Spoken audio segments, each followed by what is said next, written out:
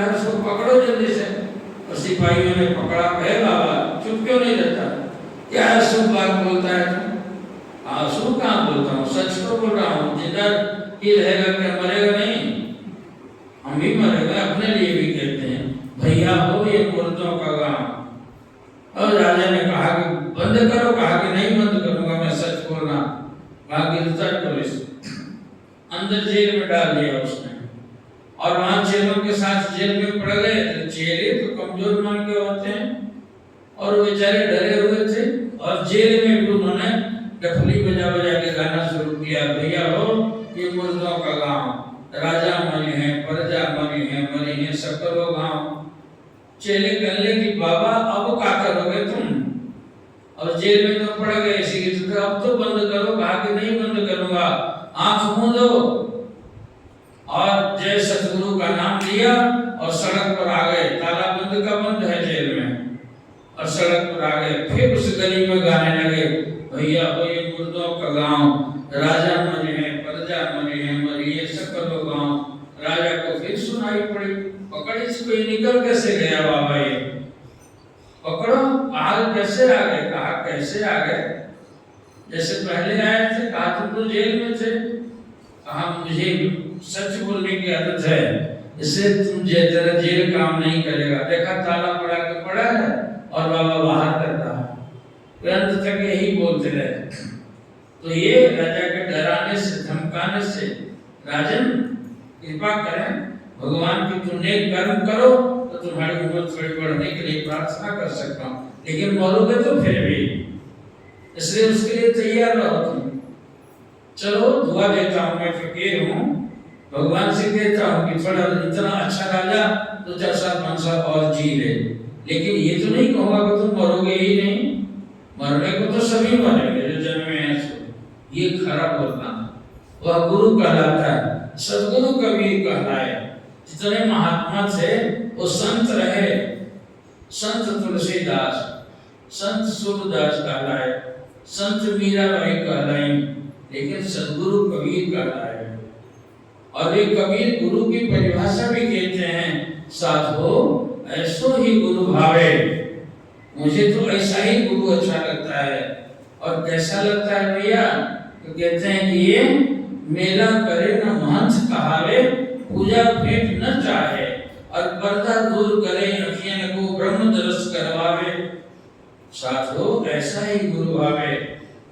ऐसा गुरु जो मेला में लोग पोस्टर लगा लगा के साधु लोग, कुंभ मेला लगता है तो हाँ, कहा कि आइए मेरे पास कुंडली जगाने के लिए 5000 रुपया फीस है, जमा कीजिए, और कुंडली जगा देते हैं।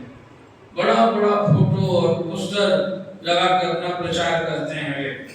मेला में देखो पोस्टर ही लगा होगा, तमाम साधु पोस्टर बाल जितने हैं लगे हुए हैं। लेकिन जो अच्छा गुरु होगा, जो भारी होगा, वो तुम मत मानो, हमको तुम्हारे मानने की क्या फिक्र लगी हुई। तो कहते हैं मेला करे न महंत कहावे। महंत कहो तुम महंत जी हैं, ये भी उसे अच्छा नहीं लगता। और तुम पूजा करो मेरी और मुझे भेंट चढ़ाओ, ये भी इच्छा नहीं करता। ऐसा गुरु मुझे अच्छा लगता है। कबीर कहते हैं मेरा गुरु ऐसा ही है, जो मेला करे न महंत कहावे, पूजा भेंट न चाहे, और पर्दा दूर करे अखियन का ब्रह्म दरस करवाए। आंख के सामने पर्दा है हमारे, कहाँ पर्दा है? हम तो देख रहे हैं, जो जैसा है वैसा था। इस दृष्टि को नहीं, सत्य को असत्य और असत्य को सत्य मानने लगे हैं हम। उस पर्दा के कारण जो संसार झूठा है, इसको सच मानते हैं। जो परमात्मा सत्य है, उसको हरदम भुलाए रखते हैं। ये पर्दा तो है मन पर। संसार में रात दिन रचे हुए, संसार को बनाने में ये भी कर रहा। अभी एक तो मकान हुआ है, जरा मुंबई में भी मकान है, तो दिल्ली में भी मकान कर लेते हैं। रहने वाला कोई नहीं, लेकिन पैसा है तो करें क्या? वहां भी कर लेते हैं, यहाँ भी कर लेते हैं, यहाँ भी कर लेते हैं। कुछ जमीनें लेके फंसा दो पैसा को, पैसा बढ़ता गया, इच्छाएं बढ़ती गई। तो ये प्रपंच करता है संसार में। ये नहीं पता है कि कल अटैक आएगा और मर जाऊंगा, सब छूट जाएगा। इनको तो ये भ्रांति जो पैदा हो गई है, जो गुरु है, जो गुरु परायण है, वह तो नामनिष्ठ है, वो पुण्य और नाम कमाएगा। वो नाम का मतलब ये नाम नहीं, जो गुरु ने नाम का मंत्र दिया है उसकी कमाई करेगा, उस धन को जमा करेगा, और इस धन को काम चलने पर होना चाहिए। बस जरूरत भर मैं भी भूखा ना रहूं और साधु न भूखा जाए। रहमान इतना दीजिए, जामे कुटुंब समाए, इतना दीजिए कि जिसमें मेरा परिवार समा जाए, परिवार का भरण पोषण हो जाए, और जामे कुटुंब समाए, मैं भी भूखा ना रहूं, और दरवाजे पर कोई साधु आ जाए तो बिना कुछ दिए लिए ना लौटे यहाँ से। हे परमात्मा इतना ही दो, ज्यादा मत दे दो, नहीं तो बुद्धि खराब हो जाएगी। तो ये प्रचार जो करते हैं, और तमाम पड़ा हुआ हमारे भी जबरदस्ती न चाहते हुए भी डाल दिया करते हैं। ये लोग कितने हैं यूट्यूब में, आपको देखे हैं, यूट्यूब से क्या करोगे, देखे मेरे आंख के सामने देखने वाले तो यहाँ से देखने के बाद मैं कहता हूँ झगड़ा मत करो, वहां जाके झगड़ा जमवा चल रहा है। अब ये है तो गुरु पूजा का पर्व है, ये भुला दो अपने सारे भैर और वैमनस्य को, दिल में टटोल के देखे। देखो वो जो नए एक हुए हैं और सिवली फकीर हुए, सिवली राजा से वो फकीर हो गए थे। तो जब राजा थे वे, तो अपने छत पे राजमहल में सोए हुए थे। तो राजा बेचारा धन तो रहता है, लेकिन wealth can give you comfort. ये कहते हैं कि तुमको लग्जरी तो दे देगा, लेकिन कंफर्ट नहीं देगा। तुमको हाउस तो बना देगा, लेकिन होम नहीं देगा। वह ब्रेन तो दे देगा, बुक्स तो दे देगा, लेकिन ब्रेन नहीं देगा। वो धन के साथ लिमिटेशन है। तो ऊपर में बेचारा ऐसे करवट बदल रहा था, और खिड़की से देखा तो एक साधु एक पेड़ के नीचे और एकदम जमीन पे सोया हुआ, एक ईटा रखा हुआ है सिरा में और खराटा भर रहा। उसको हैरानी हुई, इतना धन पाने के बाद मुझे तो नींद ही नहीं लगती है, और ये साधु इसको फटे हाल है, कपड़ा तक नहीं, इसको इतनी गहरी नींद आ रही है। सवेरे चल के मैं तो परेशान हो गया हूँ, ये धन मेरा बुद्धि बिगाड़ दिया है। मैं रात दिन अशांत रहता हूँ, उससे थोड़ा सा उसका धन मांगूंगा कि वो धर्मा थोड़ा सा दे दो, जिस धन को पाके तुम बाबा इतने मस्त रहते हो, वो धन थोड़ा सा मुझे दे दो।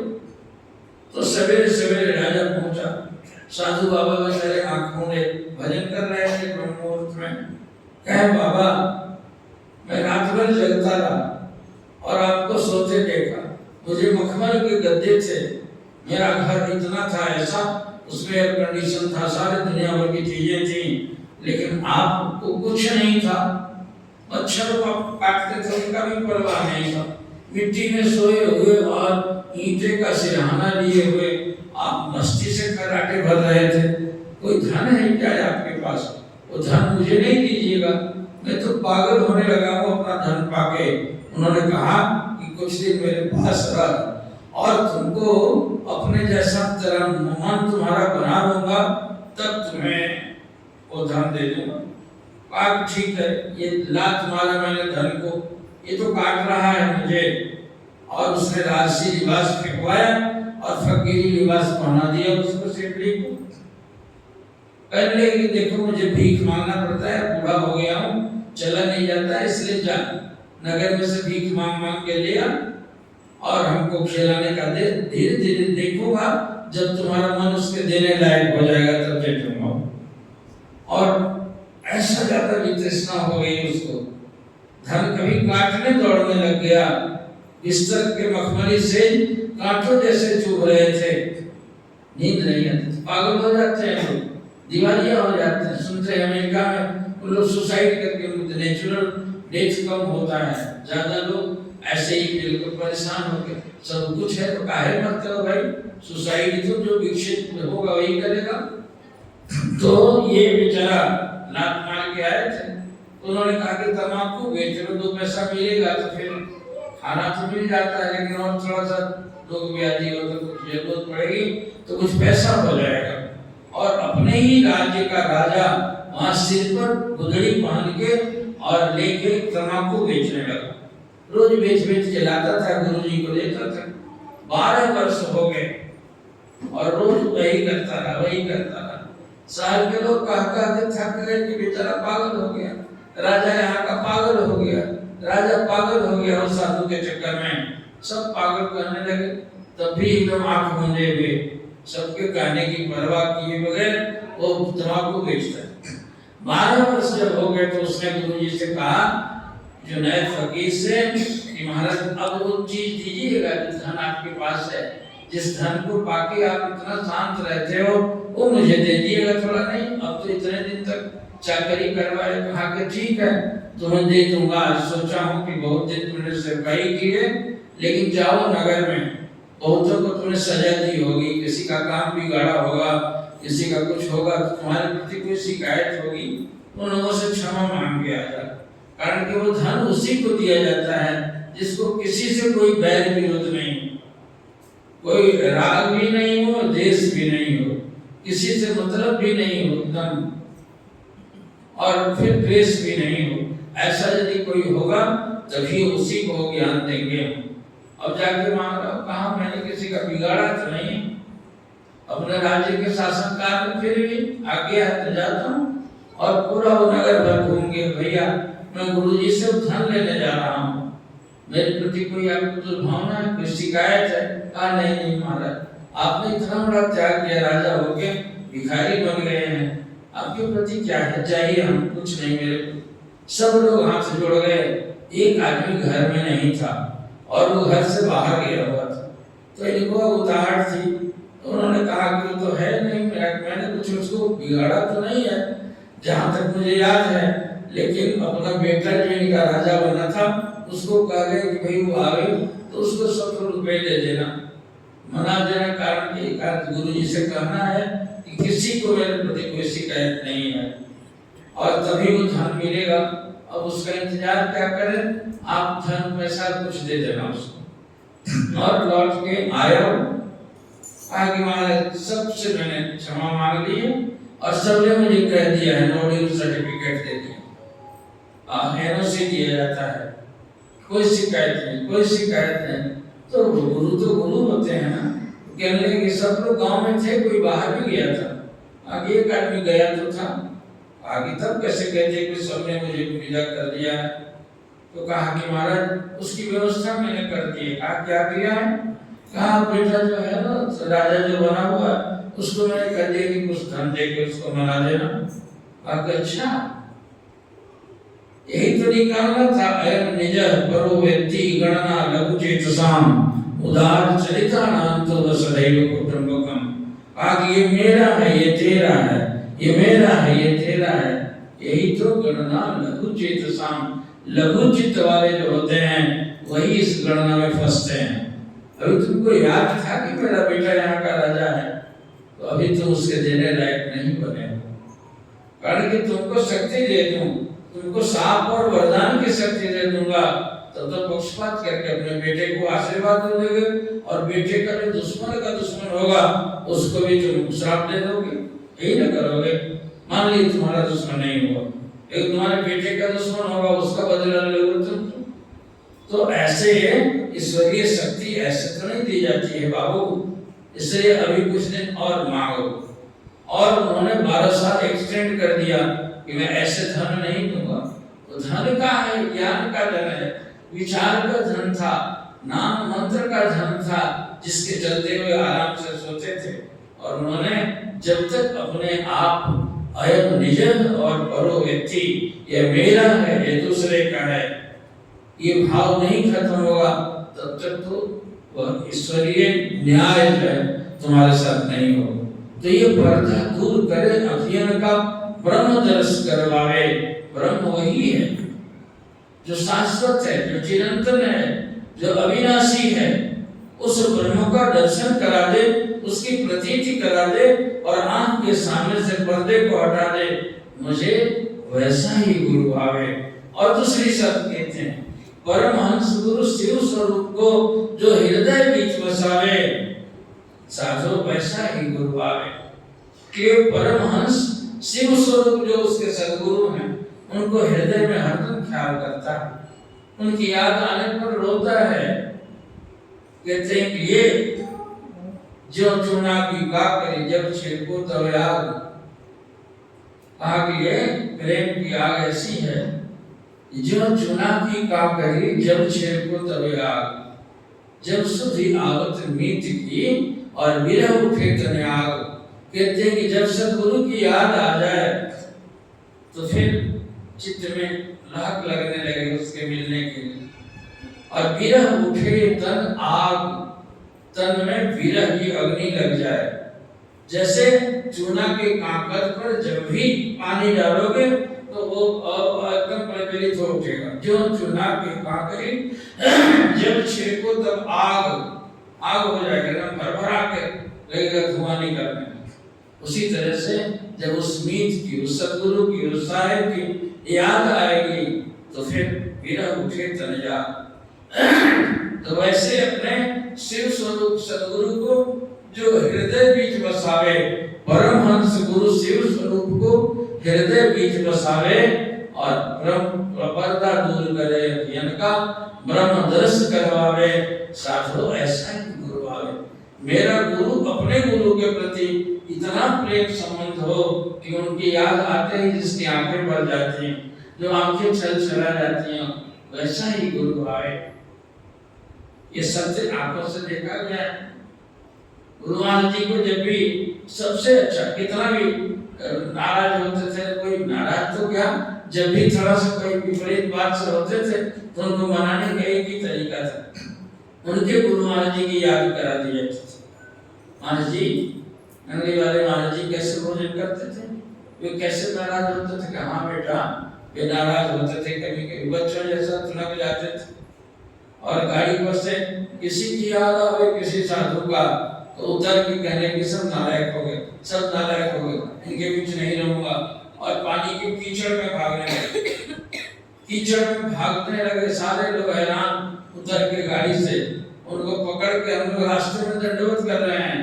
सारा कीचड़ से, खेत में जैसे कीचड़ होता है रोपने के लिए तैयार किया, उस कीचड़ में दंडवत करके वो अपने भी यहाँ तक से कीचड़ से लटे लिटाए हुए हैं, और हम लोग भी दंडवत कर करके उधर जाए तो उधर दंडवत, उधर जाए तो उधर दंडवत, और इसी तरह से ढेला उठा उठा के मारना शुरू करें।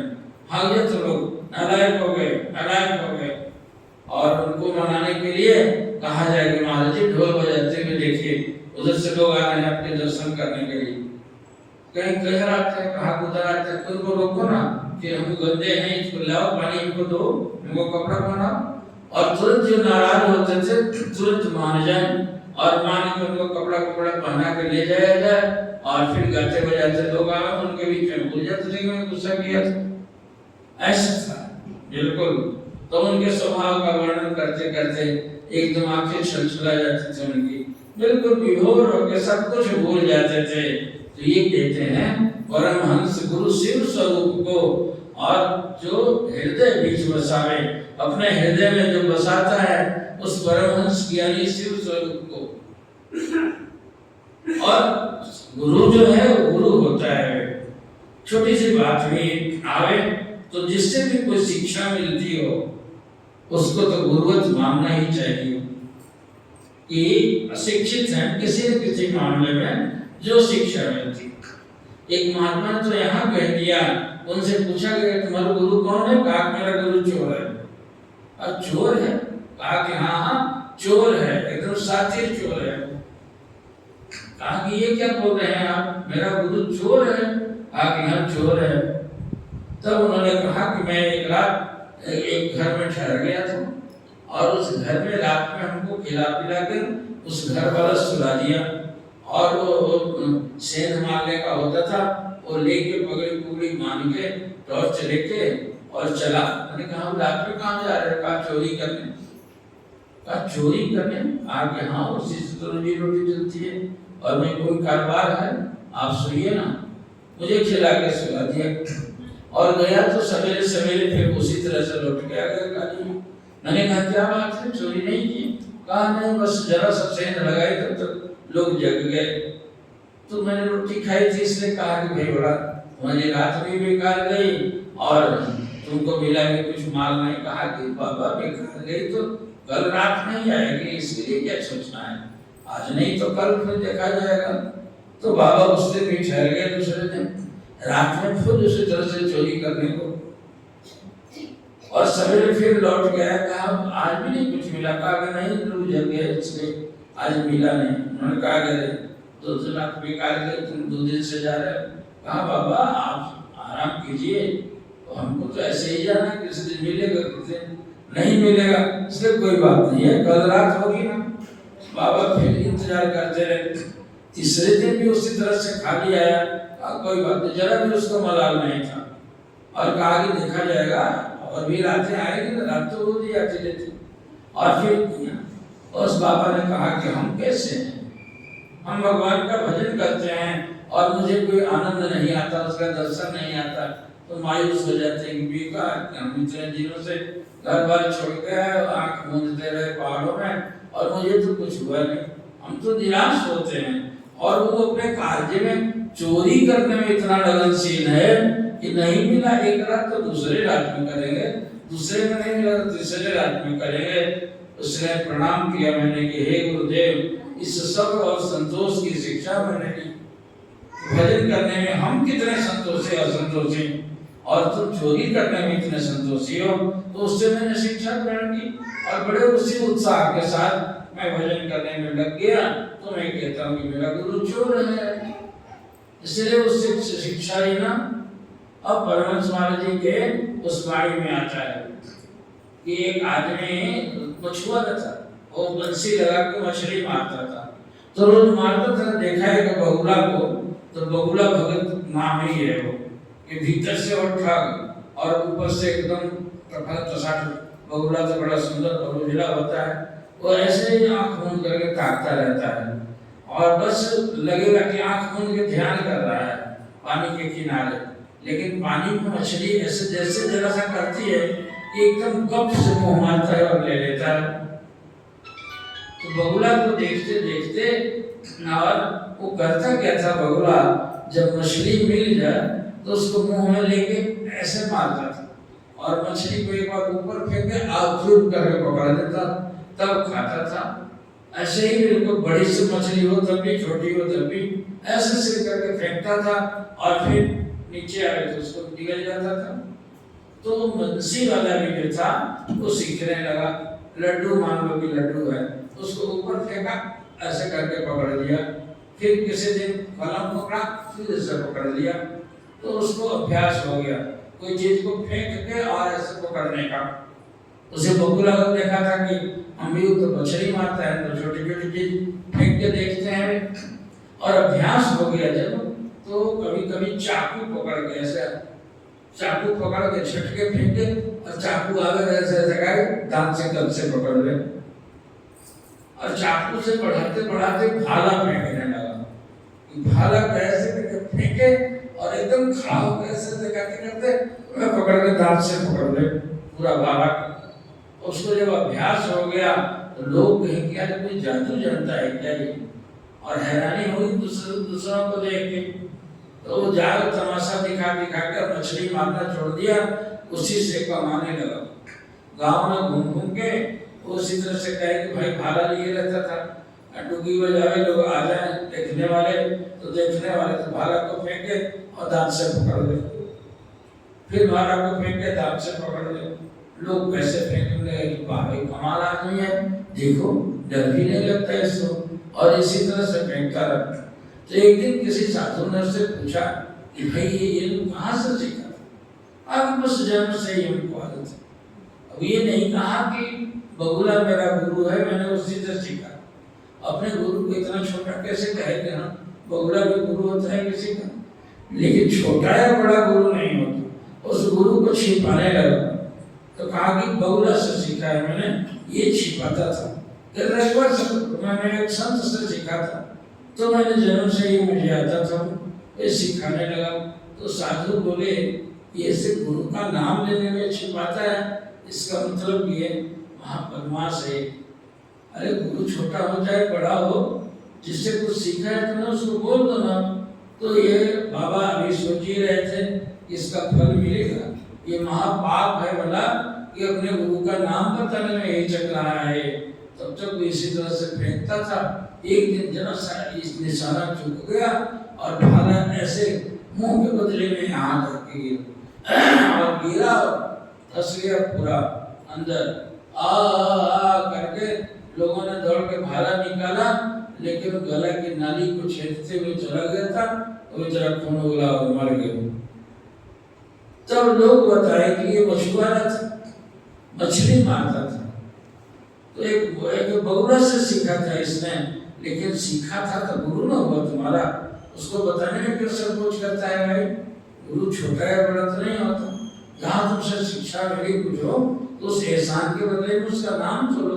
जैसे उस बाबा ने कहा कि मेरा चोर गुरु, तो भी कह दे मेरा बगुला गुरु, लेकिन उसको छिपाया तो उसकी सजा हुई। इतना बड़ा गुरु पद का महात्म्य शास्त्रों में महापुरुषों ने इतना बड़ा महात्म्य इसका बताया है, इसकी महिमा तो अकथनीय है। अभी गुरु गीता पढ़ रहे थे हम, वो गिरी गीता स्कंद पुराण का भगवान व्यासदेव का लिखा हुआ है। उन्होंने कहा कि शिव रूठे गुरु शरण है और गुरु रूठे नहीं ठौर। कहते हैं कि शिव यदि रूठ जाए तो फिर गुरु के शरण में जाओगे तो गुरु मना लेंगे, लेकिन गुरु यदि रूठ गए तो सारे देवता ठुकरा देंगे। ब्रह्मांड के कोई देवता को ताकत नहीं है कि उस पावर हाउस से यदि तुम विचलित हो गए, तुम चुप गए और उनको किसी न किसी प्रकार से रुष्ट कर लिया, तो कोई देवता नहीं है। रामायण में काकभूषुंडी के संवाद में तो कहते हैं, काकभूषुंडी से पूछा गया, ये महाराज जब गरुड़ जी ने पूछा कि आप काग के शरीर में, कौवा के शरीर में इतना आपको भक्ति कैसे है, तो उन्होंने कहा एक जन्म में मैं ब्राह्मण था और बैठ रहूं हर मंदिर और जपत रहूं शिव नाम, और गुरु आए अभिमान से उठना ही के न प्रणाम। मैं बैठ के जप कर रहा था, अपने शंकर जी की आराधना कर रहा था, उसी समय में गुरु भी आ गए थे चढ़ाने के लिए, और उनको छोड़ के मैंने प्रणाम नहीं किया। सोचा कि वैसे गुरु जी भी तो इनकी पूजा करने आए हैं, इसलिए अभी तो कोई प्रणाम करो, धर जाएंगे तो करेंगे, और नहीं प्रणाम किया, उनकी उपेक्षा की, इसलिए शिव जी नाराज हो गए। शिव जी की पूजा कर रहा है, शिव कहते हैं कि अरे बैठ रहा अजगर यू पापी, ऐसा गोस्वामी जी ने कहा, अरे पापी अजगर की तरह से बैठा है और गुरु को प्रणाम नहीं करता है, तो कहेंगे जौन साप अठ कहीं हूँ तुरा और भ्रष्ट हो श्रुति मार्ग मोरा, कहेंगे श्रुति का मार्ग भ्रष्ट हो जाएगा, इससे तुम्हें मैं दंड दूंगा। और दंड ये दिया उन्होंने, इजात 84 का चक्का काट और जोनियों में भोग तुम, ऐसा कर दिया। और गुरु जी के सामने शंकर जी ने श्राप दे दिया, तो गुरु तो दयालु है, यद्यपि तो गुरु के नहीं क्रोधा, अति दयालु चित सम्यक बोधा, अति दयालु हैं वे और सम्यक बोध संपन्न वे गुरु हैं, दया के खान हैं। उनको दया लगी कि मेरा बच्चा है, यदि नाराज हो गया तो प्रभु उस पर कृपा कीजिए, तो आप पर कोप न करिए प्रभु, कृपा सिंधु भगवान। और उन्होंने प्रार्थना की है, नमामि सर्वेषां निर्वाण रूपम, और प्रार्थना करे तो भगवान ने कहा कि हे गुरुदेव आप तो दयालु हैं, इसलिए जाइए, इस श्राप से 84 का जोनी तो भ्रमण करेगा, लेकिन जन्मने और मरने का दुख नहीं होगा इसको। बाकी सबसे ज्यादा दुख मरने में होता है और जन्मने में होता है, तो जन्म और मृत्यु का दुख नहीं होगा इसको, और इसकी भक्ति बनी रहेगी। किसी जोनी में होगा, कीट में रहेगा उसको में विक्रांत की भक्ति रहेगी। और इसी कारण मैं अब कौवा का शरीर पकड़ के आया हूँ मैं, और इसमें हमें भक्ति बनी हुई है, जो आप मुझे भक्ति देख रहे हैं। और उन्हीं के नजदीक सत्संग करने से गरुड़ जी को जो भगवान को संशय हो गया था, वो शंका खत्म हो गई, और विवाद से कोई प्रश्न करके नहीं, वो तो 100 योजन तक भी, जहाँ काकभूषुंडी का आश्रम था, 100 योजन दूर के अंदर में कोई आता था तो उसके संशय भ्रम खत्म हो जाता था, भगवान की भक्ति से भर जाता था। तो हैरानी हुई, गरुड़ जो भगवान कहते हैं कि ये लक्ष्मीपति का यान, कहते हैं कि ज्ञानी भक्त शिरोमणि, ज्ञानी और भक्तों में शिरोमणि लक्ष्मीपति के यान हैं जो ढोते फिरते हैं, और तिन्हीं मोह माया प्रबल पामर कर ही गुमान, और उनको मोह हो गया देख भगवान को, तो उनका मोह भंग क्या हुआ, जब कछु काल करिए सत्संगा, जब कछु काल सत्संग करेंगे। कारण कि वो शंकर जी के पास में गए हैं कि मेरा भ्रम दूर कीजिए, शिव जी कहे मैं नहीं दूर कर सकता हूँ। चलिए आप कागभूषण के पास जाइए। वो हैरान हुए, पक्षियों का तो राजा मैं खुद हूँ, और कौवा जो मांसाहारी है उसके पास मुझे क्यों भेजा जा रहा है, कहा जाओ तो सही। और गए तो 100 योजन के अंदर में गए ही, तभी उनका संशय भ्रम खत्म हो गया। तो ये गुरुपद की इतनी महिमा है। आज गुरु भगवान की पूजा का दिन है, स्मरण का दिन है, अपने चित्त की विकृतियों को दूर करने के लिए माफी मांगने का दिन है कि प्रभु राग और द्वेष के प्रपंचों से हमारा मन ऊपर उठा हुआ है, इस नागरी से मुझको हरदम बचाए रखना, चरणों से अपने है प्रभु हरदम लगाए रखना, सेवक पर है प्रभु जी करुणा बनाए रखना, हरदम दया भाव बनाए रखिए। मैं बच्चा हूँ, जैसे वो कागभूषण को मुझे यत्किंचित अपमान आपका हो जाता हो तो उसे क्षमा करिएगा। आप क्षमा के सिंधु हैं, दया के अवतार हैं। कहते हैं कि भगवान न्यायकारी है और सदगुरु क्षेमकारी है। भगवान के पास में तूने इतना पाप किया है, इतना पुण्य किया है, तो भगवान न्याय कर देंगे बिल्कुल, जितना हमें पाप का फल देंगे और पुण्य का फल देंगे। लेकिन सदगुरु क्षेमकारी है, मेरे कर्म अकर्म का ख्याल नहीं करते, और वे कहते हैं कि लेखे गिनत न छूटी हाँ, छिन छिन भूल न हार, लेखा और गिनती से मैं नहीं छूट सकूंगा, और यहाँ तो क्षण क्षण भूल ही करता हूँ। इसलिए बख्शन हारा बख्श लो नानक पार उतार, हे नानक सदगुरु आपका नाम एक बख्शन हारा भी है, इसलिए आप बख्शने वाले हैं। मेरे अपराधों को बख्श दीजिए। बख्श देने का मतलब नहीं कि आज के अपराध को बख्शवा दें और कल से फिर अपराध शुरू कर दें, फिर जमा कर लें।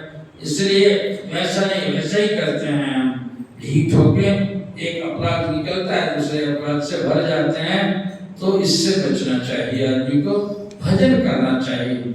जो गुरु मंत्र मिला उसका भजन करेगा तो संसार में सम्यक रूप से जिएगा, बिल्कुल सम्यक रूप से व्यवहार करेगा, न अधिक न कम, बिल्कुल बीच में संतुलन, बिल्कुल समान समता से भरा हुआ होगा। वो समर्थ बुद्धि से वह सबसे मिलेगा जुलेगा और रहिए अपने ठाव। तो इस तरीके से वो करेगा। तो गुरुदेव प्रभु की इस प्रकार अभ्यर्थना करनी चाहिए, इस तरह से करना चाहिए। आज के इस पावन दिन को गुरु भगवान के चरणों में विनती और प्रार्थना करके सब अपने अपना फूल उनके चरणों में रखा। वो फूल जो है सुमन है, सुगंधी से भरा हुआ है, रूप से भरा हुआ है, और उसको उनके चरणों में अर्पण किया गया। ये अर्पण के साथ में अपने मन के विद्वेष कठिनता को सबको त्याग करके उनके चरणों में सब कुछ चढ़ा दिया हमने। उनको निष्पाप होने का दिन है आज, उनके विशेष आशीर्वाद देने का दिन है। गुरुदेव प्रभु सबका को क्षमा करें, सबको सम्मति दें, सबको सद्भाव और प्रेम से भरे रखें। सब गुरु दरबार के प्रति, गुरु चरणों के प्रति अनुरक्त हों, उनके उपदेशों पर मनन करें, चिंतन करें, सबका भला हो। इसके लिए मैं उस पीठ की तरफ से हार्दिक आशीर्वाद ज्ञापित करता हूँ, सबके प्रति सद्भावना व्यक्त करता हूँ। हरि ओम। सत्सत बोले दयालु सद्गुरुदेव भगवान की जय।